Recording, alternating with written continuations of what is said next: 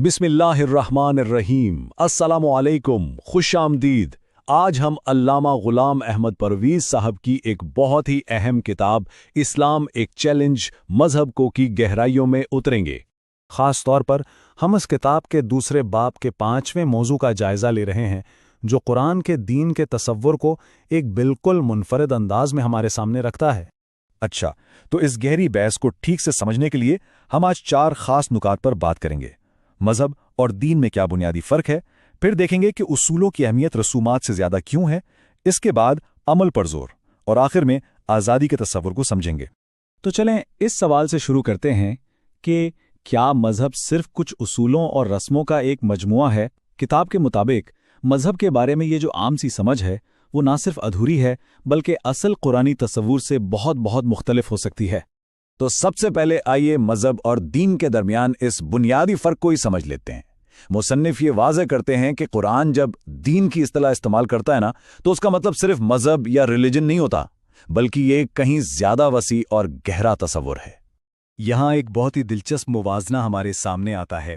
دیکھیں، ایک طرف تو مذہب کا عام تصور ہے جسے اکثر ہم کچھ عقائد، پیچیدہ رسومات اور بہت سی پابندیوں کا ایک مجموعہ سمجھتے ہیں، اور دوسری طرف ہے قرآن کا پیش کردہ دین، جس کا تعلق زندگی کے ایک بڑے مقصد اور اسے حاصل کرنے کے ایک عملی پروگرام سے ہے۔ کتاب دین کی تعریف کچھ اس طرح کرتی ہے: یہ وسیع اصولوں کا ایک ایسا نظام ہے جو ایک آزاد اور ذہین انسان کی زندگی کے سفر میں رہنمائی کرتا ہے تاکہ وہ اپنی ذات کی تکمیل کر سکے اور معاشرتی فلاح کا مقصد بھی حاصل کر سکے۔ یعنی یہ صرف پابندیوں کا نام نہیں بلکہ یہ تو ترقی کا ایک راستہ ہے۔ اچھا، اب جب ہم دین کی تعریف کو تھوڑا سمجھ گئے ہیں تو چلے اس کے دوسرے اہم پہلو کو دیکھتے ہیں، یعنی رسومات پر اصولوں کی فوقیت۔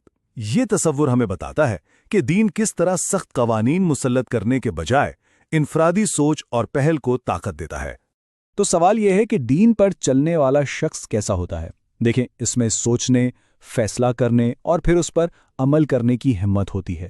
وہ اصولوں کو آپ کہہ لیں کہ ذہانت سے لاگو کرتا ہے، اسے پہل کرنے اور اپنی سمجھ بوجھ استعمال کرنے کا پورا موقع دیا جاتا ہے، اور وہ صرف رسمیں عطا نہیں کرتا بلکہ وہ تو پریرنا اور بصیرت کی تلاش میں رہتا ہے۔ اور اس بات کو مزید واضح کرنے کے لیے مصنف نے علامہ اقبال کا یہ قول نقل کیا ہے کہ دین آفاقی اہمیت کے حامل بنیادی اصولوں کو بیان کرتا ہے جو انسانی معاشرے کے روحانی بنیادوں پر ارتقاء کی رہنمائی کرتے ہیں۔ اب ہم اپنے تیسرے حصے کی طرف آتے ہیں، یعنی عمل مقابلہ بے عملی۔ یہاں ہم دیکھیں گے کہ مذہب کے ساتھ اکثر جو ایک بے عملی کا تصور جوڑا جاتا ہے، اس کے بالکل برعکس دین کس طرح ایک فعال اور مستقبل پر نظر رکھنے والا محرک ہے۔ یہ ٹیبل ان دونوں تصورات میں جو بنیادی فرق ہے اسے بہت خوبصورتی سے واضح کرتا ہے۔ عام طور پر مذہب کو ایک نشے کی طرح سمجھا جاتا ہے، جبکہ دین عمل کے لیے ایک محرک، ایک سٹیمولنٹ ہے۔ مذہب ماضی کے ایک سنہرے دور کی طرف دیکھتا رہتا ہے، جبکہ دین کی نظر ہمیشہ مستقبل پر ہوتی ہے۔ اور جہاں مذہب ظلم کے سامنے بس سر جھکانا سکھاتا ہے، وہیں دین ناانصافی اور جبر کے خلاف لڑنے کی تلقین کرتا ہے۔ اس کا مطلب یہ ہوا کہ دین امید کا ایک سرچشمہ ہے۔ یہ ہمیں ماضی کی یادوں میں قید نہیں کرتا بلکہ مستقبل سے اشارہ کرتا ہے اور ایک شاندار منزل کی طرف ہمارے قدموں کی رہنمائی کرتا ہے۔ اور امید کی اہمیت کا اندازہ آپ اس بات سے لگائیں کہ قرآن کے مطابق، جیسا کہ کتاب میں سورہ الزمر کی آیت 53 اور سورہ یوسف کی آیت 87 کا حوالہ دیا گیا ہے، امید چھوڑ دینا کفر کے برابر سمجھا جاتا ہے۔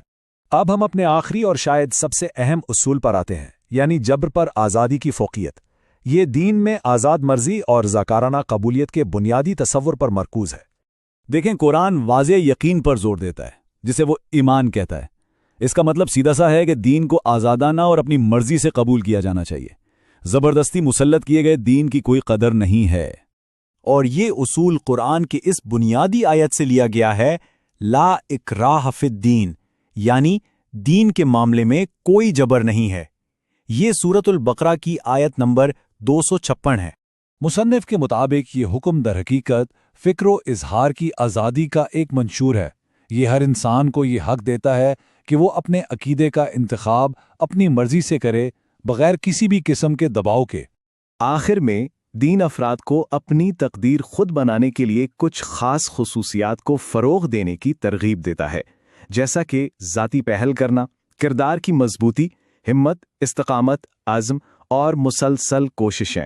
تو آخر میں یہ سوال سوچنے کے لیے رہ جاتا ہے کہ اگر کوئی معاشرہ اپنی بنیاد محض روایتی مذہب سے ہٹا کر ترقی کے پروگرام والے دین کو اپنا لے تو اس معاشرے میں کیسی تبدیلی آ سکتی ہے؟ اسی سوال کے ساتھ ہمارا آج کا موضوع اپنے اختتام کو پہنچتا ہے۔ اگلے موضوع کے ساتھ پھر حاضر ہوں گے۔ اللہ حافظ۔